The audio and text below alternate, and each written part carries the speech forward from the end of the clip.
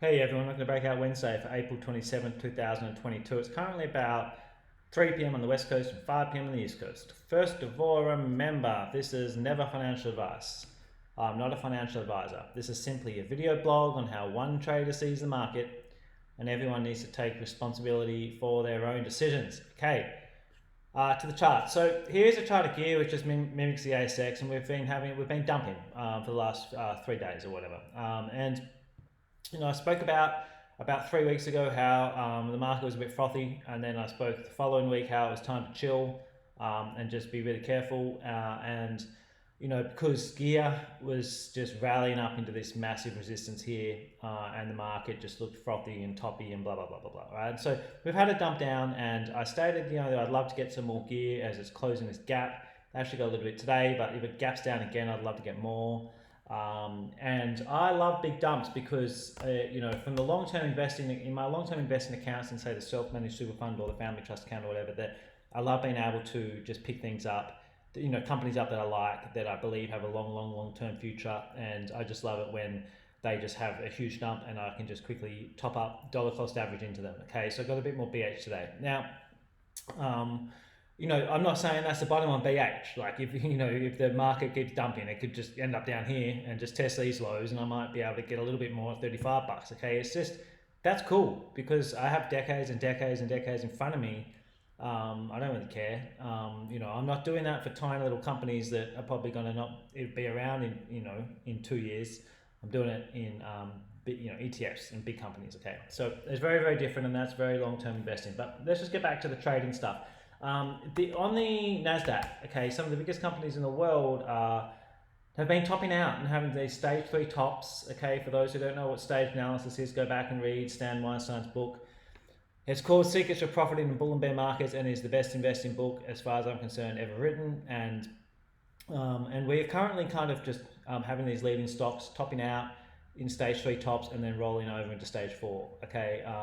I think they're stage 4. It's hard to know because they might just rally up out of it, and that would be a failed pattern. But at the moment, they really, really do look like they're rolling over. Okay, a bit like what Netflix was doing, and there's no way that someone who believes in trend following and stage analysis and all that should have still held Netflix into all this crap that's been going on lately. Okay, because this was topping out back here. Even if you're getting out back here, you're still, it's dipped from 700 to 500 and breaking below its 200 day. It's still plenty of time to get out, right? So anyway, the other big cap that's doing it is Microsoft. So let's just zoom out on Microsoft, okay, and it's just had this huge bull run, topping out stage 3, and it's starting to break down into stage 4. Okay, so it's not great signs, but just something to watch. But this is NASDAQ, and the Australian market is a little bit different in the sense that we are mining heavy, and with what's happening in the world right now, the energy crisis, food crisis, and everything going on in Ukraine, and resources and EVs and everything. There is definitely, as we've seen over the last few months, separate markets out there. Okay, there's a huge demand for certain resources, and in Australia we're lucky because we are protected in many ways from, we're not as tech heavy as obviously the NASDAQ is, right? So now let's just get on. I had a question from Dorado who wants to know how I figure out the director buys. Now, to be honest with you, this time last week, mate, I was just winging it, and what I used to do was I used to just let's say, I'll just use NC1 as an example, but a setup would come and I'd find the setup here, and then I just spend a lot of time on the ASX website and just look at all the latest announcements, and I just read them. Okay, because when a director has to change their holding, they have to it has to get filed with the ASX, and it just comes up and you can just read it and just click on it and read it, right? So that's how that's what I've always done it. But then reaching out to a few mates over the last week, this is a website that some people look at, Small Caps, Director Trades, smallcaps.com.au, and it's got obviously all the transactions. Here's another website, marketindex.com.au, that does it. Okay, and if you're on Twitter, check out ASX Insiders, because they tend to post, not all of them, but quite a lot of them. Okay. And if you're into Twitter, I've been a lot more active on Twitter lately. I'm having fun with it, and so follow along and get involved. I've figured out that I quite like Twitter, and I understand why Musk wants to buy it, you know. And so now let's just get on with it, and that's for later. Okay.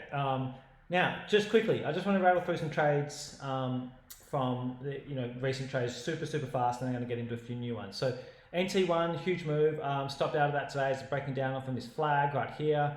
So just bagged a decent win, moved on. But I'm gonna keep my eye on this one, and I'd love to re-enter it because there's something in the back of my head that's telling me this thing has a bright future, and it's going to be giving me many more setups. So I'm not going to take that off the watch list, but a win booked in NT1. Now FHE, okay, I'm still in it, and man, this had a nice move, and then the market dumped last night and it just gapped down, and so that's disappointing. But I've still got two different positions on this, two different entries on this, and I'm sitting tight. So I have a stop. I'm not going to show where, but I have a stop on it, obviously, as always, and I will follow that up next week. Now, another one quickly, Cochlear. I'm still in it. Okay, we had lines everywhere, and it's messy. I'm sorry, I'm not going to clean that, but it had this beautiful base I was talking about weeks and weeks ago. I got chopped in there, stayed with it, and it gapped up, and I'm still with it, and it's flagging at the moment. Okay, penning in or whatever. So I just think that it's still above its 10 exponential moving average. It's showing a lot of relative strength to the rest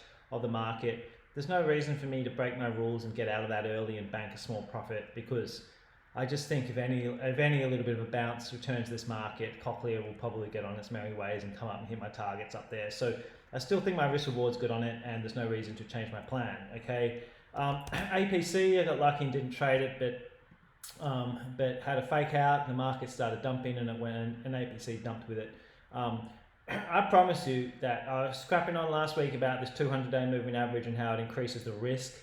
And I promise you, if you study thousands and thousands and thousands of charts, you will prove to yourself that it does increase the risk. Okay, if it's sloping down and if the resistance point isn't right on the 200-day, it's fake out city. Okay, and when the moving average just starts flattening and pointing up, and it's all sitting on top of it beautifully, the chances of a fake out are drastically reduced. But don't just believe me, just do your own research. Okay, go spend 1,000 hours and study it. Okay, get a bunch of data behind you.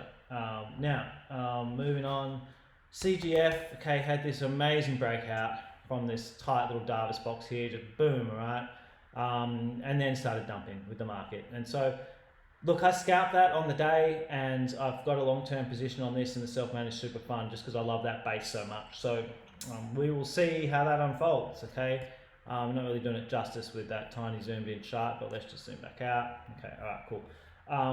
Now, there was a no trade in BYGR, luckily. Started really well, but I decided I didn't need that in my life. But this is what happens with biotech stocks on the NASDAQ, as I was talking about last week. And MVF, okay, it's still just cruising along. And this is that one that I've been in for a while. It's cruising along. Came up in a Davis scan tonight, and so it has not cared about this dump at all, has it? And it's just basing in a box and doing its thing. All right. Now, a few other setups that have come up. Not many. And I did talk about this one last week. But Pepper Money has not cared at all about this dump. Okay, it's obviously in the financial sectors. Okay, it's a loan shark company, to be fair. In reality, that's what they are, right? They're an alternative finance company that provide car loans mainly to people and probably charge a shitload of interest. Okay, and so that's what they do. It's good business, I hear, and they are growing. I don't know, they do other things too, mortgages, all that sort of stuff. So they're not as bad as I just made out. Now, the CBA dumped, and a lot of the banks have dumped, whereas Pepper Money has not dumped.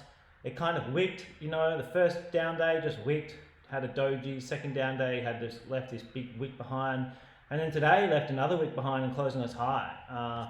Then if we zoom in, it's just zero volume, well below its 60-day moving average volume.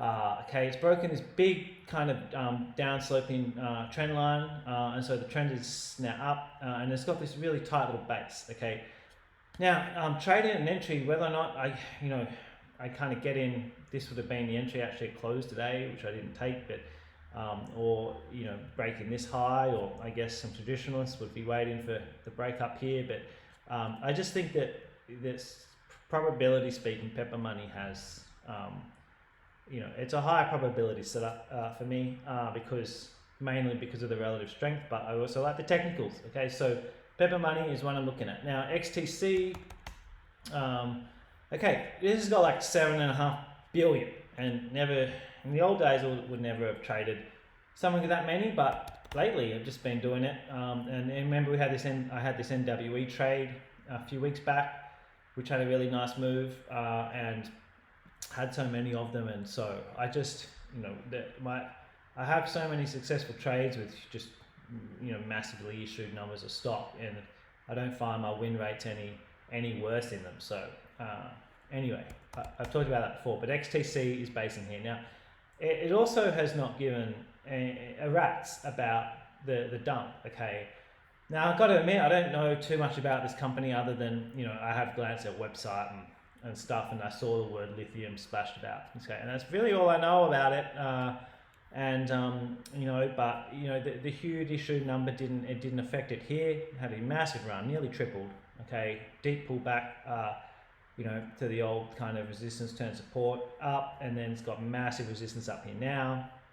Drop off in volume lately, but the main thing I like is that it just hasn't dumped in this weak tape, okay? So XSC I'm looking at, okay? And to be honest, that is currently it. I mean, I could crap on about all sorts of other stuff I'm looking at. LYC has just come down into this, massive support zone. The 200-day moving average is just here as well, and there's a lot of things like that which I find super interesting and I'm watching closely. But in terms of my traditional trading that I really try and focus on, which is the VCP patterns and the breakouts, because statistically I just find they're so much better for active, and I just try and specialize really in the one strategy. And I leave all this bottom picking crap for my long-term account, okay? Because so I can feel like I'm kind of, going against the sheep and buying when there's blood on the streets in the long-term accounts. I love doing it. It makes me feel good and it's enjoyable and blah, blah, blah, blah, blah. You feel like you're getting a sale and a discount. Everyone likes that. It's a human trade, isn't it? But in the trading account, which is my main part of everything I do, it's all about finding these tight patterns, okay? And just specializing in that one thing. I never stray. I just do not want to do any other strategy at all. It's just this one thing. Tight patterns, volume dropping off, stalking them, and then banging them when they break out, okay? And that is it, and catch you guys later. Actually, quickly, Bitcoin. We are back in this buy zone down here, okay? And that I was crapping on about back here and here and here and here, and we're back. And so I really thought that we were kind of out of it, and when we broke out back here, and I thought we were maybe off in our merry ways. I was wrong. It's chopping this NASDAQ stuff, kind of risk-off environment. It's just pulled it down with it, and I still think it's not getting as hammered as the NASDAQ, okay? But it's certainly just going sideways, isn't it? So I'm pretty happy for this to cruise sideways, as long as it doesn't have a violent break and start breaking below 30,000 with attitude. Then I'm just going to chill, okay? Let it do its thing. Let that long-term investment just sit there and earn me some interest in the DeFi world, and and just try and remember, that it's an investment. I'm not really trading Bitcoin. Take care, everyone. Good luck next week for the next week in the markets. Chat next week. Cheers.